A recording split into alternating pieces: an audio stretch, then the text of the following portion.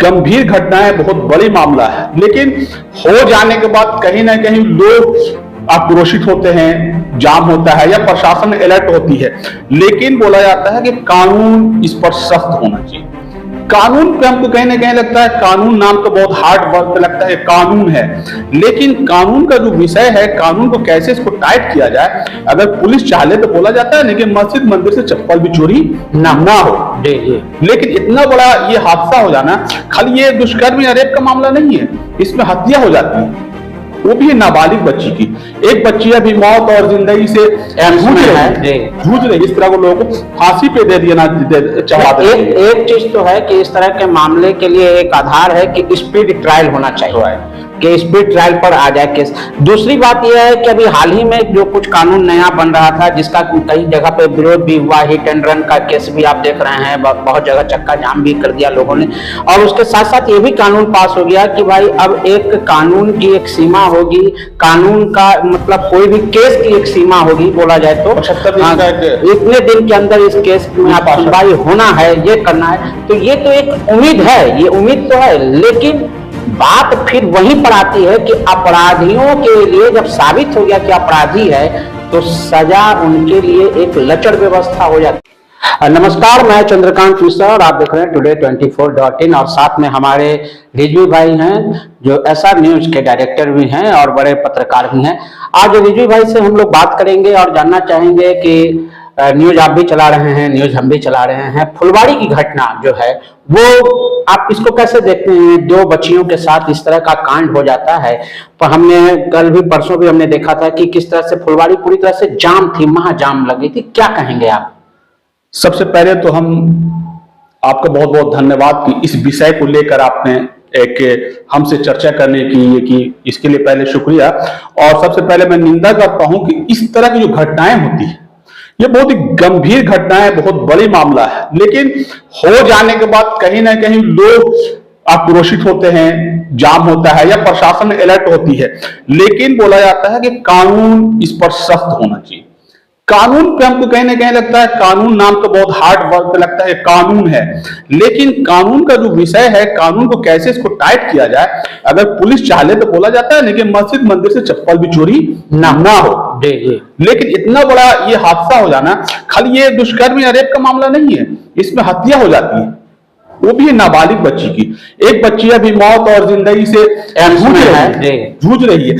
इससे तो आक्रोशित होना लाजमी है, वो कोई भी रहे, लेकिन आक्रोशित हो जाना ये कोई बड़ी बात नहीं है, ये हर मामला में होता है। एक छोटा सा कोई अगर गांव या मोहल्ला में कोई नाला जाम भी हो जाता है तो वो रोड जाम कर देते हैं, लेकिन इस पर कानून जो बनना चाहिए वो सख्त होना चाहिए। इसमें लगता क्या है कि अपराधी बेखौफ हैं, उनको मालूम है कि कानून के साथ कैसे खेलना है। ये मतलब कानून का डर जो है वो आम आदमी में है, सब आदमी में है, लेकिन जो असभ्य हैं, जो दुष्ट हैं, उनके अंदर ये डर क्यों नहीं है? बिल्कुल, ये आप सही बात कहा कि कानून का सबको पता है, कानून है ये, लेकिन उसमें डर नहीं है लोगों में। बेखौफ होकर अपना आपराधिक मामला जो होता है वो करते रहते हैं।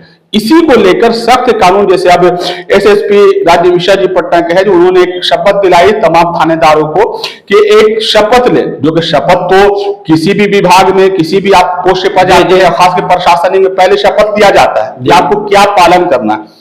शपथ लेने को शपथ के लिए फिर कहा गया शपथ दीजिए कि कोई भी इस तरह का गुमशुदगी का मामला अगर आता है आपके पास तो उसको आप फौरन इस पर एक्शन लें। तमाम व्यवस्था जो आपके पास है जिस तरह से भी है उसको आप लग जाए।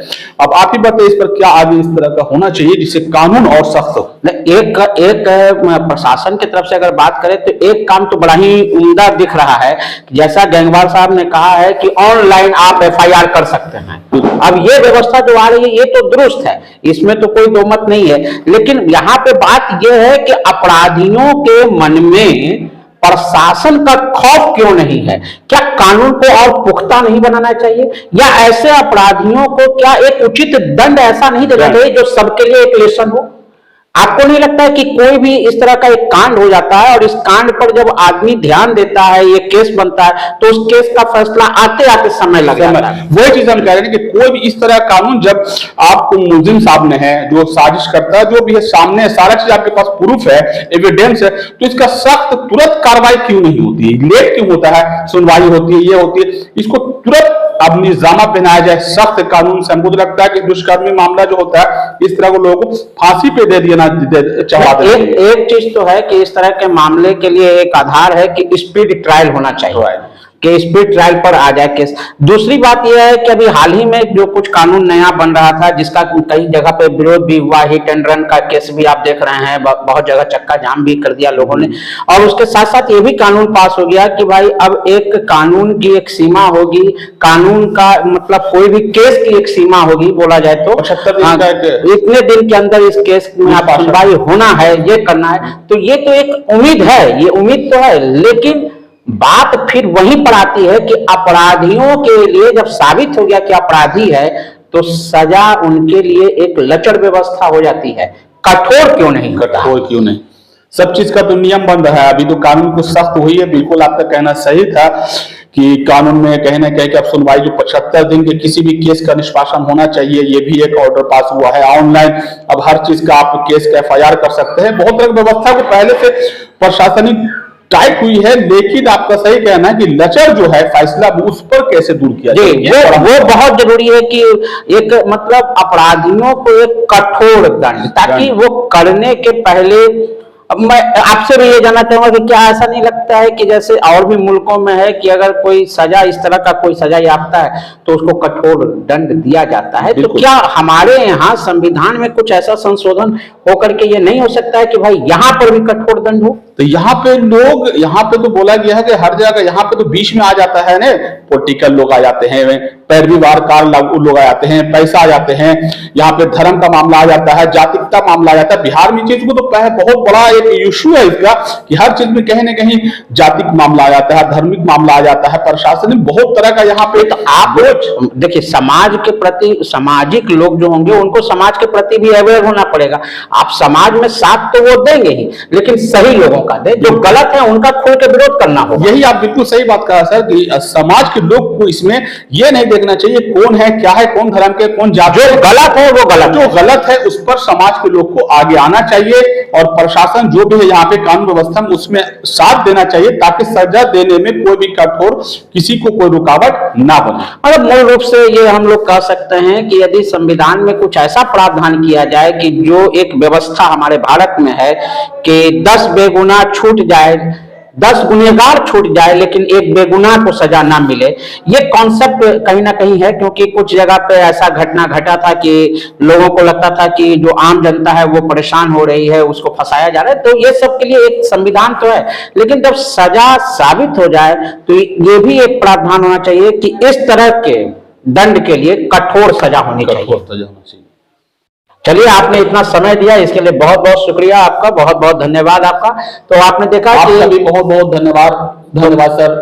तो आपने देखा कि रिजवी भाई हैं, SR न्यूज के डायरेक्टर भी हैं, और SR न्यूज के साथ साथ एक, और SR न्यूज के साथ साथ एक बड़े पत्रकार भी हैं, और हमेशा आपको ये इस तरह के कार्यक्रम में भाग लेते हुए देखे जाते हैं। तो इसी तरह की तमाम खबरों से जुड़े रहने के लिए आप हमारे चैनल को लाइक करें, शेयर करें और सब्सक्राइब करें। आपके तमाम सवालों के जवाब की जीत के साथ मैं चंद्रकांत मिश्रा, today24.in और सर SR न्यूज से। थैंक यू, धन्यवाद सर। मैं ये भी कहूंगा कि SR न्यूज को भी जरूर फॉलो करें और लाइक करें। थैंक यू, धन्यवाद।